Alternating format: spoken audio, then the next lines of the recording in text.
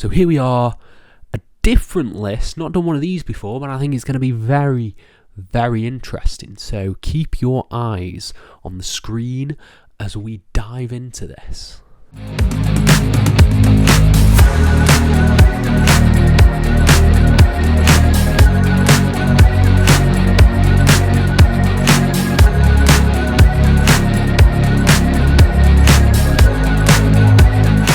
Hello and welcome to FTTR, I am Hugh McQuaid, and today we are talking about the top 10 breakout stars of 2024. Now I will dive into what I mean by that in just a little moment, but before I do that, please hit subscribe, please like this video, please comment your thoughts down below on who you think will be the biggest breakout star of next year, as of recording this, next year, and yeah, let's talk about it. So breakout star, what do I mean by breakout star? I mean someone who I feel is on the cusp, who is on the cusp of being a true, full-fledged top star who's going to have the best year in professional wrestling, essentially.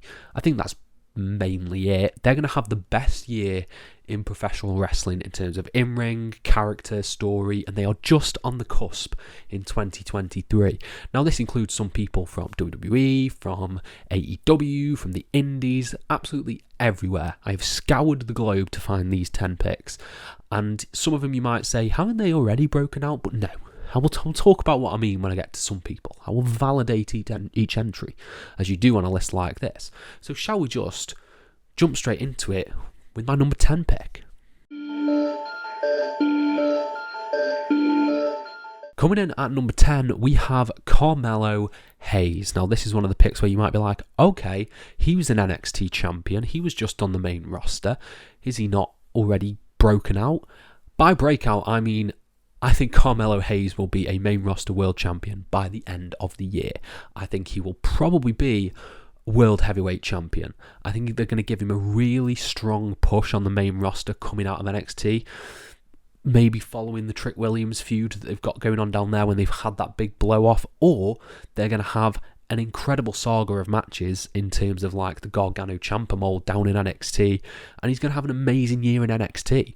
I think Carmelo Hayes is primed and ready to be a main roster staple and a main roster superstar, and I think 2024 will be the year for that. I think Hayes is either going to be world champion. That's a bold prediction. Haven't done bold predictions. Should I do a bold predictions video? Would you like to see that? Did I do that last year? Maybe. I can't remember. We'll dive into that. Gone off topic. He's either going to be a world champion or he's going to tear the house down in NXT, and we're going to be talking about him about one of the best wrestlers in the world because I think he's just that good. So Carmelo Hayes is my number 10. Coming in at number 9, we have Sky Blue. Everyone now pretty much knows who Sky Blue is. She's sort of a household name if you're an AEW fan, but I think TK is going to really get behind Sky Blue and Julia Hart, this act that they've got going on at the moment. And I think you might play that up as one of the biggest stories in the women's division, sort of having Sky Blue break away from that, probably taking the TBS title off Julia Hart at some point. If he stays focused on that, he could have one of the best stars in the world because she's so likeable, is Sky Blue. I think in both this new gimmick and her old gimmick, she's so likeable. She's really good in the ring. I think Sky Blue is tremendous. She's a tremendous wrestler. She's had some great matches on AEW TV. And I think this is just the way to go. You really need to strap the rocket to her because babyfaces like that don't come along every now and then. And who's the top babyface sort of in the AEW women's division? Riho? Is Tony Storm a babyface? I don't know.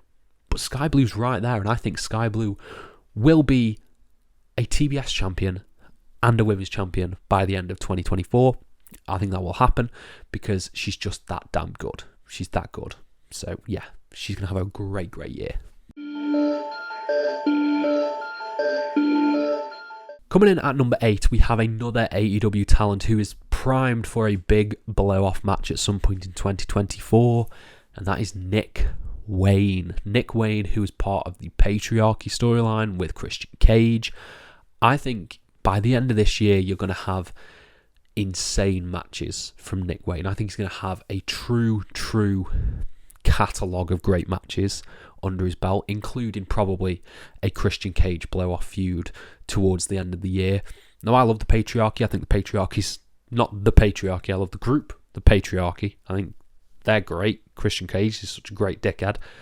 But when that turn eventually happens, I think Christian Cage is going to do everything in his power to get Nick Wayne over. And in the meantime, Nick Wayne's probably going to have great matches regardless, because he's Nick Wayne. He's fantastic. He's so young, but he's so great. I think he's going to be fantastic this year.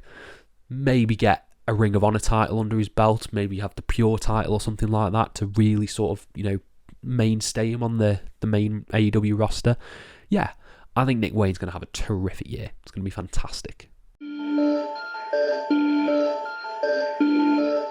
Coming in at number 7, we have Luke Jacobs. You've probably heard me talk to death about Luke Jacobs, but this is going to be the year for Luke Jacobs. It really is. I think his prowess and his catalogue that he's built up throughout Rev Pro, throughout Progress, and throughout just the British indie scene, he's going to get a big deal, I think, in 2024. I think he's going to be signed by a big promotion, whether it be AEW, whether it be New Japan, whether it be WWE even. I think he's got everything. He's got the looks, he's got the in-ring, what's the word? The in-ring work? No? The in-ring ability, that's the word. He's got the in-ring ability to carry him so far in this business. And he's a really good promo. I think there's so much that can be done with Luke Jacobs in other companies. My dream pitch is Luke Jacobs in the G1 Climax this year. I think that would be incredible. Absolutely incredible. But me personally, I foresee Luke Jacobs going across to Japan and maybe doing some work in New Japan or in Pro Wrestling Noah. I can easily see that happening. Unless he's just happy on the indies tearing it up. But I think he's primed for a breakout year in 2024. It's going to be the one, Luke. Going to be the one. Coming in at number 6, we have the Creeds. Now, the Creeds have been called up to Raw, but I think they're going to have a tear. They've been putting on some really good matches. I could see them being multi-time tag champs by the year end. I really could. I think they're that good, especially if they split the belts. If Judgment Day, somehow we get the belts on Raw and on SmackDown, I think they're primed to be top contenders and champions before the year's up and really create some magic. I think they could create magic. If they stay on Raw and feud with the likes of the New Day and DIY and potentially the Viking Raiders, there's a lot of stuff that can be done there. A lot of stuff that can be done with the Creeds. They were so good in NXT. And I think this could be a breakout year for that tag team if the whole division is built around them and they really get story time and really get mic time to show their characters. I think they could be one of the best tag teams on the planet and one of the most decorated by having multi-time reigns in a single year. I think it could be really good year for the Creeds, and I'm very excited for that. Very excited. Coming in at number 5, I did a whole video on these guys and they've already started. The year is not up yet. We are not in 2024, but if anyone is going to have an incredible year, it's going to be the Grizzled Young Veterans, because they are already set for greatness. My God, since they were released from WWE, they have had just this upward climb of awareness. Wrestling in OTT, making a dream match in Progress, Zach Gibson facing Michael Oku at Rev Pro. They are making waves in the industry and setting up big matches with each promotion. It's going to be fantastic for them. Like, they are going to essentially do a version of what Matt Cardona did. I think the Indies is going to completely rejuvenate Grizzled Young Veterans, and their stock is going to rise exponentially. They are going to be one of the hottest acts, one of the hottest prospects sort of in British wrestling and independent wrestling, and I can't wait to see what they do. They're going to have gold from multiple promotions, I can guarantee that, and it's going to be fantastic, not just as singles, not just as tag, combined, because we know they can go It's going to be fantastic for the Grizzled Young Veterans. I cannot wait to see what they do next. Speaking of someone who was just released, well, not just released, they were released, but then their no-compete clause is up, and we got to talk about Mustafa Ali. I don't think, in terms of a non-compete clause ending, a single person get as many bookings that I have seen for Mustafa Ali. Him being booked in Defy, him being booked in Progress, him being booked in, I think he's been booked in GCW. He's been booked everywhere, is Mustafa Ali.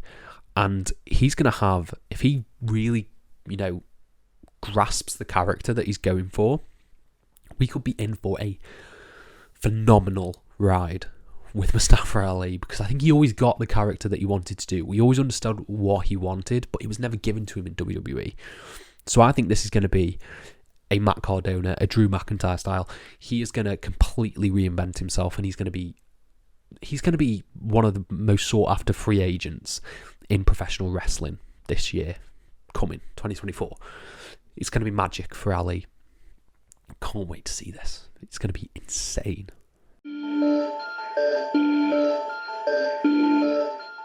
Coming in at number 3, we have Leon Slater, the recently signed TNA prospect, he's going to be X Division champ by the end of this year. I can guarantee that. I think if Impact does another UK tour or another UK show, Leon Slater will be winning the X Division title. He's that good. He's that hot of a prospect that they're going to strap the rocket to him, because it was a really great signing.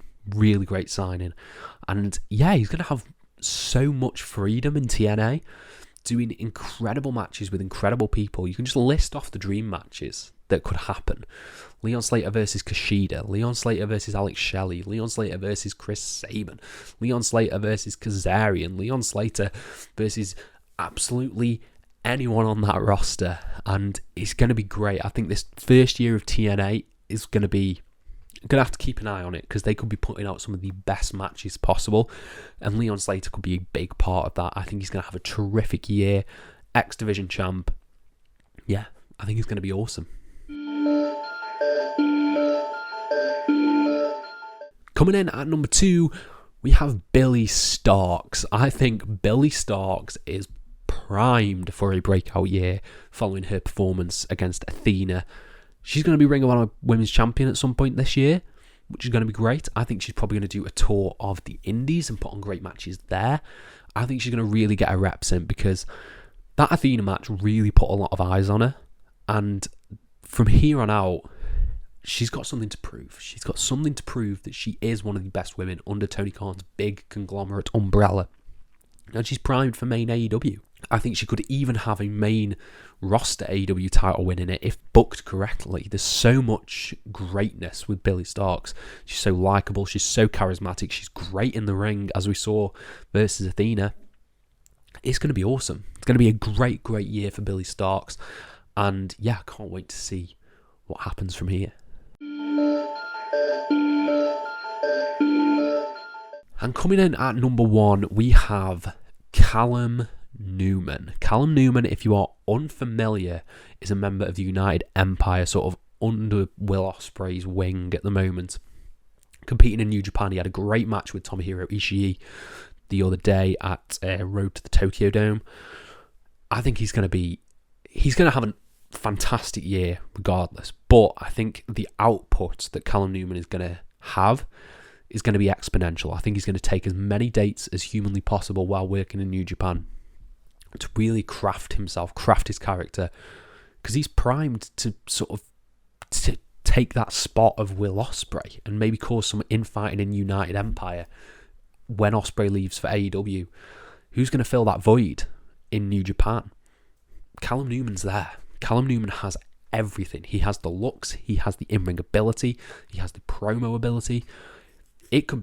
He's greatness. He's greatness personified as Callum Newman, and he's so under the radar, I think, right now, that he could easily have this meteoric rise if he keeps on putting on great matches, like the match that he had against Ishii. There's so much great stuff that can come out of Callum Newman's time in New Japan. It's going to be a great run. Maybe he'll be in the best of the Super Juniors and have a great performance in that. But yeah, I think if you are a New Japan fan, keep your eyes on Callum Newman, because he is going to deliver. Let me tell you that. And that wraps up my list. Let me know what you guys think down in the comments below. Who do you think will be the breakout star of the year? Let me know everything you want down in the comments below. I'll try to reply to every single one of them. Thank you all ever so much for your support, and have a nice day.